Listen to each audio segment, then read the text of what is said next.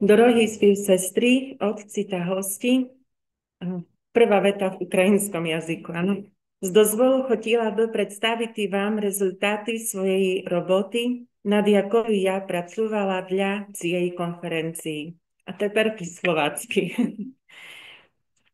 Cieľom predloženého príspevku je ponúknuť informácie o príchode sestier služobníc na Slovensko a o ich živote a apoštoláte v prvých komunitách v Prešove, Michalovciach, Ľutine a Trebišove v rokoch 1928 až 1947.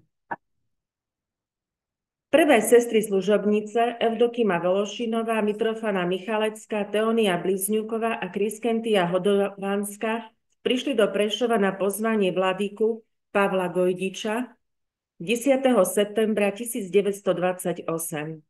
Ich príchod bol spojený s problémami pri získaní víz a povolenia na pobyt v Československu. Vladyka Pavol musel intervenovať u svojich známych a na príslušných štátnych úradoch, aby sestry dostali potrebné povolenia. Zároveň informoval pastierským listom duchovenstva a veriacich o svojom úmysle pozvať sestry služobnice pôsobiť do Prešova. Vyzval mladé dievčatá, aby sa ochotne rozhodli odovzdať svoj život Kristovi práve v tejto grécko-katolíckej reholi a všetkých veriacich k štedrým darom, potrebným na vybudovanie kláštora pre sestry a sirotinca pre opustené deti. Týmto krokom spustil v eparchii niekoľkoročnú finančnú zbierku. K veľkým dobrodimcom tohto diela patrili svätý otec Pius XI a prezident Československej republiky Tomáš Garrigue Masaryk. Prispievali aj štátne orgány a konali sa verejné zbierky. Po príchode žili sestry prvý rok v kňazskom seminári, kde pracovali v kuchyni, mali na starosti sakristiu katedrálneho chrámu, vyučovali náboženstvo na ľudovej škole, šili bohoslužobné predmety, navštevovali chorých ľudí a boli v kontakte s dievčatami z krúžku svätej Anny. V septembri 1929 sa odsťahovali do biskupskej rezidencie, kde žili až do konca apríla 1934. S výstavbou budovy kláštora a sirotinca sa začalo v júni 1932 a v polovici septembra tohto roku sa konala posviacka základov. V novembri 1933 vystriedala sestru Evdokimu sestra Filareta Fedinová a už čoskoro koncom apríla 1934 sa konala posviacka prvej časti budovy, ktorá bola pripravená na bývanie pre sestry a prvé siroty. Počas výstavby ďalšej časti budovy sa sestry naďalej venovali duchovnému a apoštolskému životu. Kaplnka s kláštorom sa stala miestom modlitby nielen pre sestry a siroty, ale aj pre mládež, deti, študentov, veriacich i dobrodincov sestier. Ich apoštolát pokračoval ako doposiaľ, ale jeho hlavnou náplňou bola najmä starostlivosť o opustené deti, siroty, ktorým sa načas sestry služobnice stali matkami. Okrem sirvot tu žilo aj niekoľko starých alebo chorých ľudí. Po dokončení budovy a jej posviacke bol v budove zriadený aj internát pre dievčatá. O duchovný život sestier sa staral vladyka Pavol a ním určení kňazi, predovšetkým otcovia baziliáni. Od príchodu sestier sa začali do kláštora hlásiť prvé dievčatá. Do roku 1938 odchádzali do noviciátu do Kristinopoľa a po niekoľkoročnej formácii sa vracali naspäť na Slovensko. No už čoskoro bol v kláštore v Prešove zriadený noviciát, ktorý začal oficiálne fungovať od 6. mája 1938. Vďaka novým duchovným povolaniam odišli sestry v roku 1937 na pozvanie otcov redemptoristov pôsobiť do Michaloviec. Boli to sestry Teónia Blizňuková, Eustochia Legnavská, Onisima Frajtová. Tam sa ich ujali bezdetní manželia podarovali pozemok na výstavbu nového kláštora a finančný dar. kým sa nevybudoval kláštor pre sestry spolu s materskou školou a internátom pre dievčatá, sestry bývali v malom domčeku na ich záhrade. Základy nového kláštora posvetil 7. augusta 1938 mukačevský vladyka Alexander Stojka. Napriek tomu, že sestry od začiatku bojovali s nedostatkom finančných prostriedkov, už v septembri 1939 sa mohli presťahovať do provizorného kláštora. Dňa 3. novembra 1940 sa uskutočnila posviacka novo vybudovaného kláštora s kaplnkou. Apoštolát sestier v Michalovciach sa podobne ako v Prešove venoval výchove detí a v dievčenskej mládeže, starostlivosti o chorých a starých ľudí, ako aj o krásu a čistotu chrámov a bohoslúžobných predmetov. Sestry od svojho príchodu navštevovali chorých a starých ľudí v Michalovciach a v blízkom okolí a prichádzali k ním aj na duchovnú pomoc pri ich odchode do večnosti. Okrem toho sestry šili kňazské a ministrantské košele, chrámové zástavy, oltárne plachty, vyšívali a opravovali kňazské rúcha, či sa starali o čistotu liturgických predmetov. Kvôli tejto službe sa na nich okrem redemptoristov obracali aj kňazi z okolitých dedín. V školskom roku 1940 až 1941 sestry v kláštore otvorili internát pre dievčatá, ktoré mali zabezpečiť úplnú starostlivosť okrem prania oblečenia. V internáte bola elektrická energia, bývanie bolo nové a zdraviu neškodné. K dispozícii bola kaplnka a záhrada.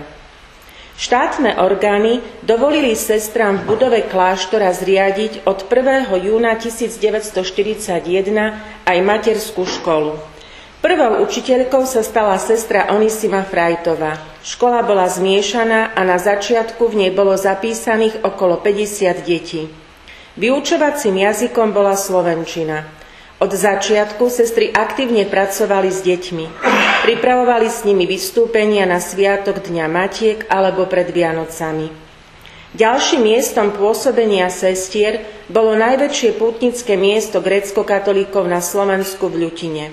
Zásluhu na tom mal miestny kňaz Irenej Bačínsky, ktorý prišiel do Prešova požiadať predstavenú sestru Filaretu Fedinovu, aby tu otvorila misiu sestier.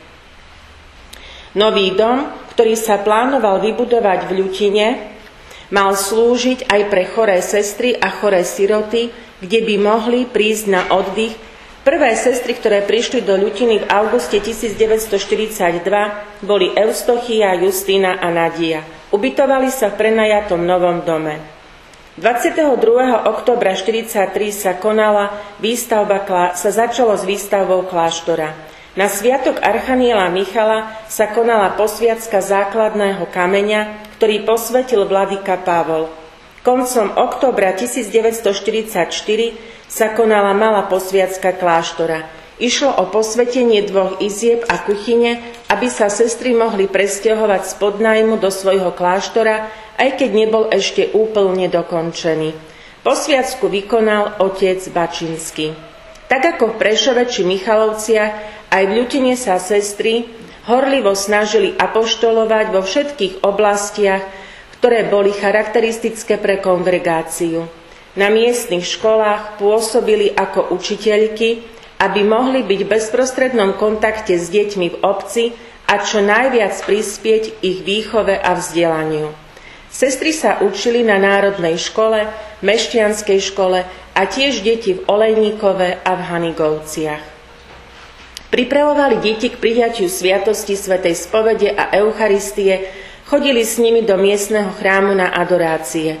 V sobotu pre nich mali polhodinové prednášky. Tiež s nimi 2-krát alebo 3-krát do roka pripravovali pre obyvateľov obce a okolia kultúrne programy, spevy, tance, predstavenia, recitácie, či ich brávali na výlety. S najväčšou pravdepodobnosťou v druhej polovici školského roka 44-45 bola v budove kláštora zriadená aj materská škola. Sestry s deťmi nacvičovali vystúpenia na rôzne príležitosti, napríklad svätého Mikuláša, Deň Matiek či blahoželanie k narodeninám miestneho kňaza. Úspešný apoštolát sestier im otváral nové možnosti. Od novembra 1943 začali sestry pôsobiť aj v Trebišove, kde sa presťahovali 3 sestry. Isaja ako predstavená komunity, Christofora ako učiteľka na grécko-katolíckej ľudovej škole a sestra Irena ako učiteľka v materskej škole. Aj tu sa sestry venovali deťom, pripravovali rôzne programy a vystúpenia. Okrem apoštolátu v školstve sa sestry venovali starostlivosti o farský chrám i kaplnku otcov baziliánov, piekli prosforu a šili bohoslužobné predmety. V Trebišove sestry po celý čas pôsobenia žili v dome v podnájme. Po skončení druhej svetovej vojny sa postupne presadil komunizmus aj v ďalších krajinách východnej a strednej Európy, kde pôsobili sestry, ktoré patrili do provincie spolutrpiacej Bohorodičky s provinciálnym vedením Stanislavove. Kontakt medzi sestrami bol veľmi zložitý a takmer nemožný. Preto sa generálna predstavená Veronika Gargil obratila 1. júla 1947 na posvätnú kongregáciu pre východnú cirkev so žiadosťou o zriadenie nových provincií v Poľsku, Srbsku a na Slovensku. Navyše v čase končiacej vojny začali na Slovensko prichádzať sestry z Ukrajiny, ktoré utekali najmä pred komunistickým prenasledovaním. Tieto všetky okolnosti prispeli k súhlasnému stanovisku posvätnej kongregácie na žiadosť generálnej predstavenej. Prvou viceprovinciálnou predstavenou slovenskej provincii sa stala sestra Filareta Fedinová a túto službu zastávala až do roku 1966. Viceprovincia bola zasvetená Svätému Duchu. Sestra Filareta Fedinová sa narodila 24. marca 1890 v Cholojeve v Haliči na západnej Ukrajine. Po nadobudnutom vzdelaní v rodnej obci vstúpila 18. apríla 1909 do kongregácie sestier služobníc. Noviciát v Kristinopoli ukončila zložením reholných sľubov 16. augusta 1911. Pôsobila v sirotincoch v Kolomii a Kaluši. Sestra Filareta okrem budovania kláštorov spojených s materskými škôlkami a internátmi venovala veľkú pozornosť duchovnému životu sestier a novým duchovným povolaniam.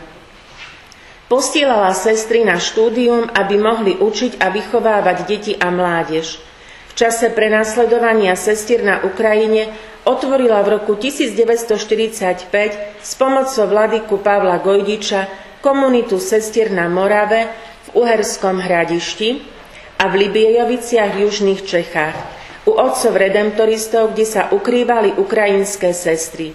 Tieto udalosti sa neskôr stali dôvodom na policajné prehliadky v kláštore sestier v Prešove, ktoré museli už 8. júna 1949 opustiť, a tiež na trestné stíhanie sestry Filarety za nezákonné ukrývanie sestier. Po zrušení trestného stíhania prišla do Uherského Hradišťa spolu s ostatnými sestrami a tu žila a pracovala do roku 1956. Pre ilegálny pokus ukrajinských sestier o prekročenie česko-poľských hraníc bola vyšetrovaná a od 11. augusta 1956 vďaka prezidentskej amnestii v decembri 1957 bola po 16 mesiacoch prepustená na slobodu. Od roku 1956 až do svojej smrti žila a pôsobila v západných Čechách v Kolešoviciach. Bola v písomnom kontakte so sestrami na Slovensku, ale aj s generálnym vedením v Ríme. Po Pražskej jari v roku 1968 mala sestra Filareta veľkú túžbu vrátiť sa do Prešova, ale jej zdravotný stav to už nedovolil. Zomrela 23. januára 1974. Po pohrebných obradoch v Kolešoviciach bola prevezená do Prešova, kde sa na jej pohrebe zúčastnil aj vladyka Vasil Hopko, kňazi, spolusestry a veriaci. Autorka verí, že sa jej podarilo vytýčený cieľ práce naplniť a že sa príspevok stane ďalším dôležitým kamienkom v mozaike poznávania dejín kongregácie sestier služobníc i miestnej cirkvi. Ščíro ďakujú za vašu úvahu.